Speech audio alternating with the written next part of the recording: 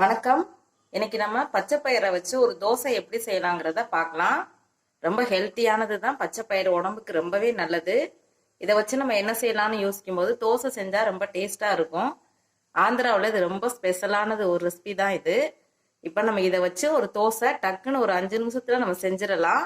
நான் ஒரு 3 மணி நேரத்துக்கு முன்னாடியே இந்த பயிரை நல்லா வாஷ் பண்ணிட்டு ஊற வச்சு எடுத்து வச்சிருக்கேன்.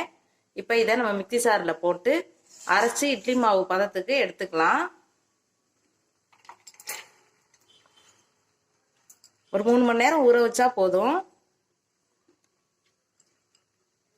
இதை நம்ம மிக்ஸி ஜாரில் போட்டு ஒரு 2 பச்சை மிளகாய் பாதியாக கட் பண்ணி வச்சிருக்கேன், அதையும் இதில் சேர்த்துக்கலாம். ஒரு சிறிய அளவு இஞ்சி துண்டு தோல் சீவிட்டு கட் பண்ணி வச்சிருக்கேன், அதையும் இதில் சேர்த்து அரைச்சிக்கலாம். கொஞ்சம் ஜீரகம், இப்போ ஒரு 2 ஸ்பூன் அளவில் அரிசி எடுத்து வச்சிருக்கேன், புழுங்கல் அரிசி. அதோட 1 டீஸ்பூன் அளவு கடலைப்பருப்பு, ரெண்டையும் ஒன்றா சேர்த்து மிக்ஸ் பண்ணி அரைச்சிக்கலாம். இந்த தண்ணியோடையே நம்ம சேர்த்துக்கலாம். வாஷ் பண்ணிட்டு தான் ஊற வச்சிருக்கேன், அதனால நான் தண்ணியோட சேர்த்து அரைச்சிக்கிறேன். இப்போ தேவைக்கு ஏற்ற மாதிரி உப்பு சேர்த்துக்கலாம். இது எல்லாத்தையும் நம்ம நல்லா இட்லி மாவு பதத்துக்கு அரைச்சி எடுத்துக்கிறோம். பாருங்க, அரைச்சி எடுத்தாச்சு. இதை நம்ம ஒரு பாத்திரத்துல மாத்திக்கலாம்.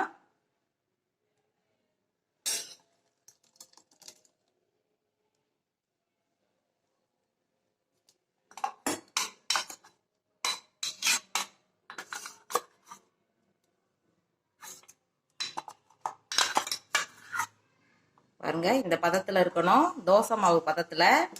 இப்ப நம்ம இதை தோசைக்கல்ல ஊற்றி தோசை மாதிரி வடிவத்தில் நல்லா தேய்ச்சி ரவுண்டாக எடுத்துக்கலாம். நல்லா மொறுமொறுன்னு இருக்கும். இப்போ நம்ம தோசை சவா சூடாயிடுச்சு.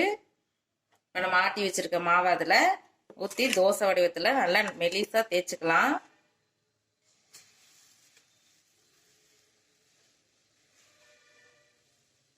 பாருங்க, இந்த மாதிரி நல்லா ஒரே மாதிரி தேய்ச்சி விட்டுக்குங்க.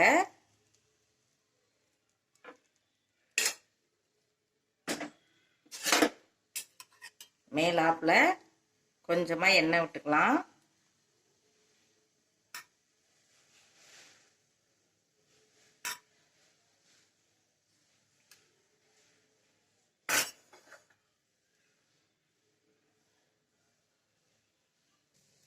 நல்லா வெந்துருச்சு. இப்ப நம்ம இதை எடுத்துக்கலாம்.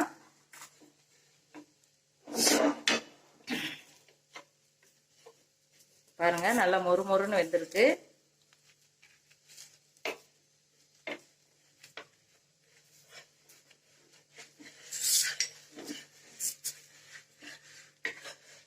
பாருங்க, சூப்பரா இருக்கும் டேஸ்ட். நீங்களும் இது மாதிரி ட்ரை பண்ணுங்க. இது கார சட்னி, தேங்காய் சட்னி எது வேணாலும் வச்சு சாப்பிடலாம்.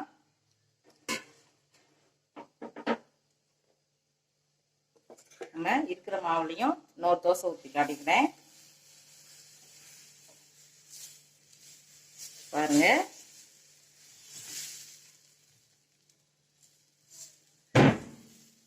இது மாதிரி மேலாப்புல லைட்டா எண்ணெய் விட்டுக்கலாம்.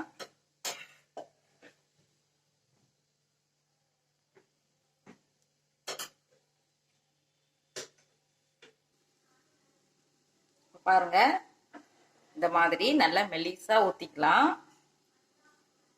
இதுக்கு நீங்க வெங்காயம், தக்காளி, பூண்டு, பட்டை மிளகாய் வச்சு அரைச்சு நல்லா சுள்ளுன்னு ஒரு சட்னி அரைச்சிங்கன்னா செம்ம டேஸ்டா இருக்கும். இல்லைன்னா தேங்காய் சட்னி வச்சு சாப்பிட்டுக்கலாம்.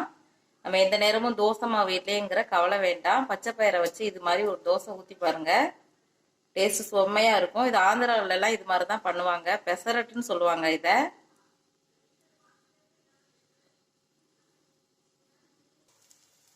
இது வந்து இப்போ ரெடி ஆயிடுச்சு, நம்ம எடுத்துக்கலாம்.